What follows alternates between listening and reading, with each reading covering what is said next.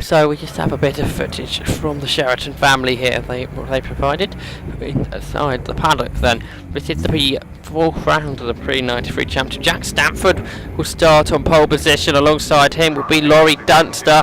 Row 2 will be Chris Bright and Nigel Innes. Jack Stanford, the person who hasn't raced in the championship this year, the X-Mini Challenge race winner, slides the car from pole position. That's allowed Laurie Dunster to go into the lead in the newer shape. E36, straight away cuts off Jack Stanford to make sure that Dunster leads into paddock for the first time. A good start from the Ford Sierra Cosworth of Richard Miller. He started 6th. He's much further up than that as they head up the hill for the first time. Right behind him is Paul Bellamy. As we ride on board with him, he has to dive up on the inside of Chris Bright. Does the Sierra, but he can't get through. Down the hill they come. Then Laurie Dunster is our race leader. Second there's Stanford. Third is Innes, who races normally in the Project 8 Racing Saloon. So he's used to, he raced up here. I saw him in March. Racing relatively well up inside the top 10. Anyway, 330s, Jack Stanford all over the back of the race leader, Laurie Dunster. Then onto the brakes, they go over clearways. Searching for the grip is Jack Stanford on the outside line. Then he finds it. And the car will sprint through Clark Curve. And here he comes then round the outside of Laurie Dunster. We're going to get an early change to the lead. Stanford with about 3/4 of a second faster than anybody else in qualifying. Dunster was quite a bit quicker than the rest of them. Remember, Dunster's won every race this year in the Pre-93s, and he keeps his tight and the defensive inside line. That's allowed Jack Stanford not to pass then. So Dunster still leads. He's going to try and keep his 100% win record up, although the Class B races he will still win because it's a Class H invitation car that Jack Stanford is in, as he keeps trying to come around the outside of Dunster. Can't get it done, and we've had a spinner up the top there. Chris Bright has gone round and coming off is the Sierra Cosworth of Richard Miller. Down in the Cooper Straight though, go the leaders. Hopefully we'll catch what happened there later. As up on the inside, here comes Jack Stanford for 30s. And he runs into Dunster. Dunster goes around. And now Nigel Innes battles to the lead, but Laurie Dunster's going to lose a huge amount of places. Can Innes go right around the outside of Jack Stanford? That's where the grip is, and that's exactly what's happening. He's going through then these damp conditions we have here at Brands Hatch today. It is Nigel Innes that leads the way from Jack Stanford onto Clark Curve. They go then. Stanford slows through out of Clark Curve. The car almost stationary compared to the cars around him. So Paul Bellamy now up into second position. Then Jack Stanford finds power again in the car. So Jack Stanford running down to only third position, but the car is still running. He's about a second and a half quicker than the people is around. As Laurie Dunster dives up on the inside of Roger Stanford, gaining a position back, so he's still inside the top 10. But of course he was leading the race, so he won't be too impressed with that. Now the class victory isn't going to come as easy as everybody first thought. Right, 20-minute race because it's only a single round they have here at Brands Hatch, so a longer race than normal. There's Bellamy then, just ahead of Stanford, then Chris Bright come through Graham Hill, but don't put the power on. Sorry, not Chris Bright, it's who else is up there? We've got the number 5 machine, who is Mark Fowler, who's up there. Anyway, up into, there's Fowler, ahead of Miller, into clear to go. Then Dunster, who's got ahead of Malcolm Wise now. Wise under pressure from Roger Stanford, who was trying to squeeze his way on the inside, couldn't do that. Paul Bellamy under lots of pressure now from Jack Stanford, who drives right round him through clearway. So Stanford now ahead of Bellamy as they head into Paddock Kilburn. Then there's fourth position car, the BMW of Mark Fowler, and then we got Miller then behind, under pressure from Laurie Dunster. How long would it take Dunster to get into the top 5? I wouldn't have thought it would take him too long. So they head up into the Druids hairpin, and they're behind the trees, and Dunster trying to squeeze it up around the outside. The Sierra Cosworth couldn't do that. Now down to Graham Hill behind Roger Stanford, having a real go at Malcolm Wise, trying to come round the outside to Graham Hill. Behind them is Simon Sheridan, running in the Ford Fiesta, the Class E machine, the Ford Fiesta XR2 with Simon Sheridan, the only Class E machine out there today. He's doing a great job. Obviously not much power in that car, just right for these conditions. Up into clearways, up on the inside comes Laurie Dunster, but again he can't ride away past Miller, and they're closing onto the back of Fowler. So now we've got a 3-car scrap for 4th position. We have just under just over 15 minutes to go, so still a very long time for Dunst to find his way through it. Now he's on the inside of Miller, heading down into Paddock Hill Bend. That's 5th position now for Laurie Dunst. He had it done before the braking zone. There's the Sierra Cosworth. I'm saying now it's behind Laurie Dunst. Malcolm Wise and Roger Stanford trying to close him in to make it a 5-car scrap for 4th position. Malcolm Wise fast through Paddock. Now look at Jack Stanford, the ex-mini challenge racer, almost on the back of the race leader. Now Paul Bellamy gets a slightly side action out of Druid, and Dunster now looking on the inside line of Mark Fowler, heading down to Graham Bend. He couldn't get that one done, but he's right behind it. A big sideways moment for Fowler. He loses the car, it goes round, and Richard Miller gains 2 positions because Laurie Dunster had to get out of the power, so he didn't drive into the back of the BMW that was in front of him. And then straight away, diving on the inside of Surtees, he's not wasting any time, is Laurie Dunster. So we now have a 4-car scrap for 4th position. It's Dunster ahead of Miller, ahead of Wise, ahead of Stanford. Stanford goes up wide, trying to gain grip. Meanwhile, his son, Roger Stanford's son, Jack Stanford's battling for the lead because he's closed in on Nigel Innes. How long is it going to be till Nigel Innes loses out here to Jack Stanford? The 2 BMW M3s. It's the E36, a newer shape machine that leads the way from the E30 of Jack Stanford. So they head through Druid. Jack Stanford at one point looked like he was going to win the mini challenge back in 2010. Yes, I think it was 2010. Anyway, out of Graham Bender, 2 cars, nose to tail. Can Jack Stanford find a way through? He looks up on the inside, but no, Nigel Innes has that one covered. Both cars going very deep. Innes even deeper. Jack Stanford managed to cut back. He's on the outside for McLaren. Then he'll have the outside for Clearways. And Innes trying to fight back, but then the grip comes to Jack Stanford, and then he flies past Nigel Innes. So into the race lead goes Jack Stanford. Meanwhile, his dad, Roger Stanford's got ahead of Malcolm Wise. Laurie Dunster getting away from Richard Miller, who in fact was getting away from them. On-board replay with Paul Bellamy, where he sees Richard Miller knocking Chris Bright round. Chris Bright has retired from the race now. So now Simon Sheraton coming under pressure down the straight. The Fiesta has no power to fight off the Volkswagen Vento there of Len Simpson. It is, who is second in Class C. Roger Stanford, we've just been told, is going to be given a 10-second penalty added on to his time due to a false start. So, can Len Simpson get close enough to Stanford? At the moment, I think that 10 seconds is less than that. If we can keep that, Len Simpson's in the chance of winning the class. Neil Bray under a lot of pressure coming down the hill from Daniel Sheraton, and a spin for Andrew Sheraton. He hits the tyre wall down the hill. Let's see a replay of what happened there then to Sheraton, and the car just got away out of Druids. And the car then span into the tyre wall, and he clobbered it there just before the tyre wall splits, and he is now out of the race. Battles further up the field started to split up. Neil Bray versus Daniel Smooten is the best battle on circuit. Neil Bray in the Class B BMW E36 M3. Daniel Smooten in the Class D BMW E30 325. So they head and now close them in. Mark Fowler, remember he spun earlier on.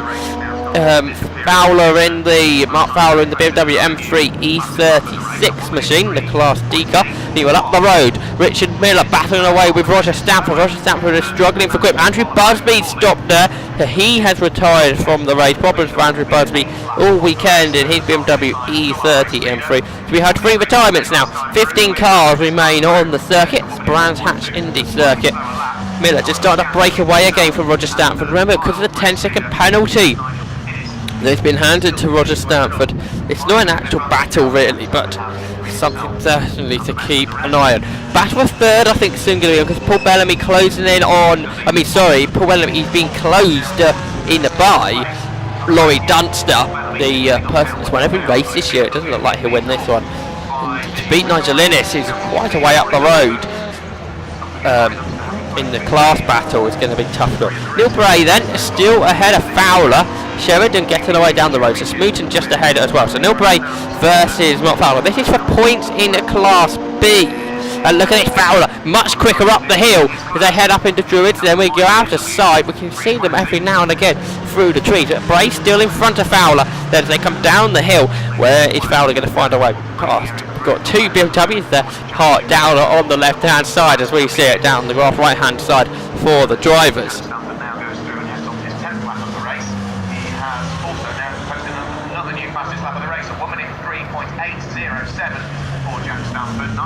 And out the corner they come then, the two BMWs. Neil Bray ahead of, like I say, ahead of Mark Fowler. They turn through the left-hand at Surtees. We look back because Laurie Dunster's closing in on Paul Bellamy. This is the battle for third overall, so it's a podium position. There's Laurie Dunster then. He closes in on the car in front of him. And look at the speed he carries through Paddock Hill Bend. He heads up the hill. I saw Laurie Dunster racing in the Cuma BMWs round here a few weeks ago. Against more powerful machinery and more newer machinery. Laurie Dunster got a good result there, well inside the top 5. But down the hill they come then. It's Bellamy now with Dunster almost on his rear bumper. Dunster sat slightly up, braking himself. It went in a little bit deeper than what perhaps he would have hoped. So as they head out the corner, perhaps a little bit further away, but he closes him then down the straight, and Dunster again goes in very deep, trying to find a way past Paul Bellamy. Can't do it as of yet. Up into clearways they go. Still Bellamy ahead of Dunster. He's defending him off at the moment. We've got a couple of car lengths perhaps between them as they head through clearways. Neither of them seem to be finding more grip than the other. So on to the Brabham straight they come. Dunster now all over the back of Bellamy. Behind Richard Miller having a great battle with Roger Stanford. We're keeping an eye on the second in Class B honours though, because Bellamy still just ahead of Dunster. Dunster at the moment really can't find a way past. They head up the Howard Hill now, up towards the Druids hairpin where the car's behind. Roger Stanford has a great run on Richard Miller. He's got the inside line heading up into the Druids hairpin. Bellamy stays in front of Dunster still. What's happening behind?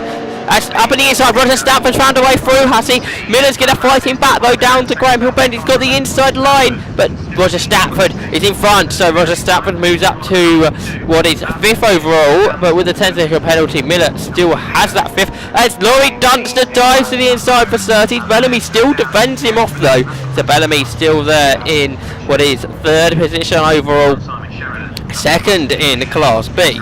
They head now through clearways. There's only about 8 minutes left to go of this race now then. Laurie Dunster's soon going to have to be thinking of how he's going to get past Paul Bellamy, because soon there'll be no time left. They're 10 seconds behind Nigel Innes, so it's going to be very tough for Laurie Dunster to win the race, win the Class B battle. Lapping the Nick Halliday car, that's the first car they've had to lap. That's the BMW 325 that runs in Class D. And that is in 3rd in its class. Right, through Druids then. Bellamy just trying to gap Laurie Dunster perhaps. Down the hill they come. Roger Stanford just slightly breaking away from Richard Miller. Malcolm Wise perhaps trying to come back at Miller now. We'll see how that one happens over the last 7 minutes of the race. A good run off Graham Hill Bend for Laurie Dunster, and into Surtees again. He can't find a way through. Paul Bellamy doing a great defensive job at the moment then. As they head up into clearways, and it's still Bellamy. Look, he's finding a lot more grip than Laurie Dunster for the first part of clearways. He's really gapped him there. Great drive in there from Paul Bellamy through clearways corner. And then they go out of Clark Curve. And the lights ablaze for the person that sits in 3rd position. Richard Miller just does that bit of lapping. Looking for the wet parts of the circuit, it seems, for those drivers. As they cross the line. There's Len Simpson in the VW Vento, 2nd in the Class C. There's Simon Sheridan. He's still ahead of Daniel Smoot. Smoot in the Class D leader. Sheridan in the Class E leader. Goes side by side of the Paddock Hill Bend. The Fiesta though later on the brakes once again to keep himself ahead of the BMW. So Sheridan still ahead of Smoot. Neil Bray not far behind. Something else has happened to Mark Fowler. He must have had another rotation and he's fallen further back. Meanwhile into Surtees again. Laurie Dunster right into the wheel tracks of Paul Bellamy as they head up into clearways. Dunster still can't find a way through though. He's evenly matched BMW E36 M3s both with the same engine capacity in the cars.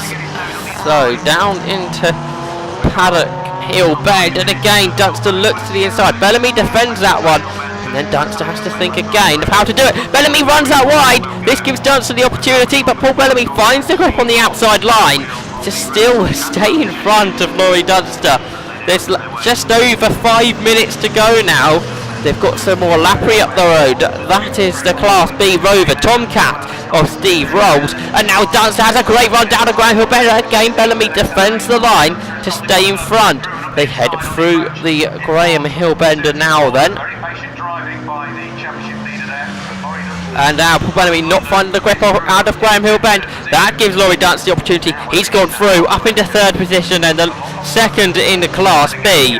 Laurie Dunster has the position done. Then just before the lap, the Rover Tomcat. Then Roger Stanford not too far behind them either now. So they go on to Clark Curve. It's Dunster ahead of Bellamy.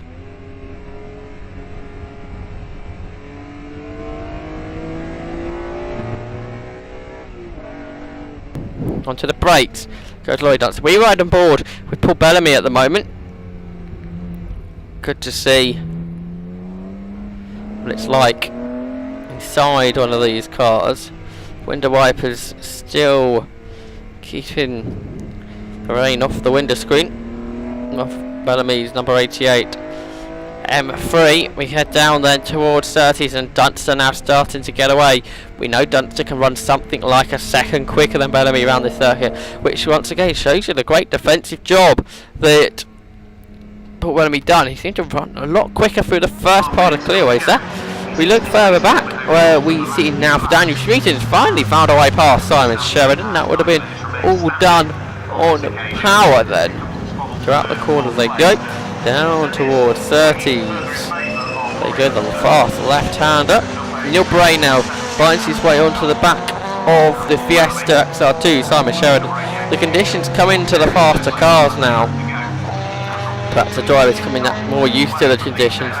The Fiesta can't find much more pace, where some of these, like I say, these more powerful cars can, perhaps with the not so quick drivers in it, such as Neil Bray, who now gets the car worked up. Down the straight he comes. Can he find a way past the Fiesta? Not this time. Simon Sheridan stays in front at the moment. Into Paddock then. Just over 2.5 minutes, just about 2.5 minutes to go. Now Sheridan used up all the road right up to the edge of the gravel trap. I'm not quite sure if he was expecting the car to run out quite so wide. Through Druids they go, and they're soon going to have to lap the Nick Halliday car. It's sideways, and the exit there was smooth. And a huge sideways moment for Neil Bray. He has to hold on to it though. Down into Graham Hill Bend. Graham Hill Bend, and they go down the Cooper Straight. Sheridan still ahead of Neil Bray then. Bray though really working himself up now for a pass down the Bradford Straight next time by, as the Class D leader laps one of its class rivals. Nick Halliday being lapped there by Daniel Schmooten. Now out of clearways onto Clark Curve. Sheridan versus Bray. Can Neil Bray find a way through here? This is for 10th position overall. Sheridan sort of leaves the inside gap for Neil Bray. He knows the car's fast down the straight, so Bray goes in front. The BMW head of the Fiesta. Simon Sheridan thinks about fighting back into Paddock Hill Bend. As they head now down the hill, Sheridan really is fighting back. He has a look on the inside of Neil Bray. They head up the hill, then the BMW's power comes in. Then they have to lap the car of Nick Halliday. Can Simon Sheridan find a way through? No, he can't. They still haven't lapped Nick Halliday as it is. Down the hill they come. I'm sure he'll be lapped on the way down into Graham Hill Bend. Well, not as of yet.